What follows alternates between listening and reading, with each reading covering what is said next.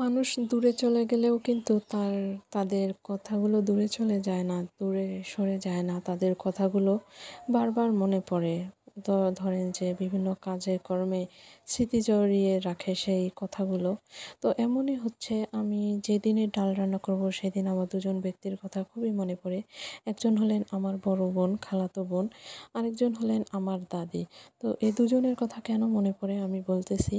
তো আমি কড়াইয়ে ডাল সিদ্ধ করে একদিন কড়াইয়েই ঘাঁটতেছিলাম। তো আমার বোনের চোখে এটা পড়ে। তো ও বলতেছিল, আরে পাগল, ডাল কড়াইয়ে ঘাঁটতে নেই, ডাল পাতিলে ঘাঁটলে ডাল ঘাঁটাটা অনেক সুন্দর হয়। সেই জন্য আর কি পরবর্তী থেকে মানে যখনই আমি ডালটা ঘাঁটি তখন আমি কিন্তু পাতিলে ঢেলেই ঘাঁটি। আর এই ডাল ঘাঁটা মুহূর্তে আমি তাকে মানে খুব আমার মনে পড়ে, তাকে খুব মিস করি, তার কথা, এই কথাটা।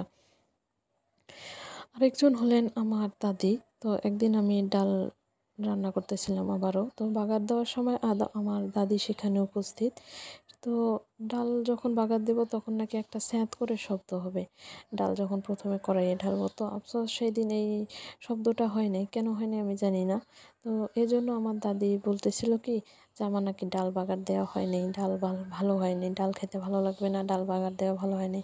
তো এজন্যই এই পাতিলে ঘাঁটা আর এই ডাল বাগার দেয়া এই মুহূর্ত দুটোতে আমি তাদের দুজনকে খুবই মিস করি।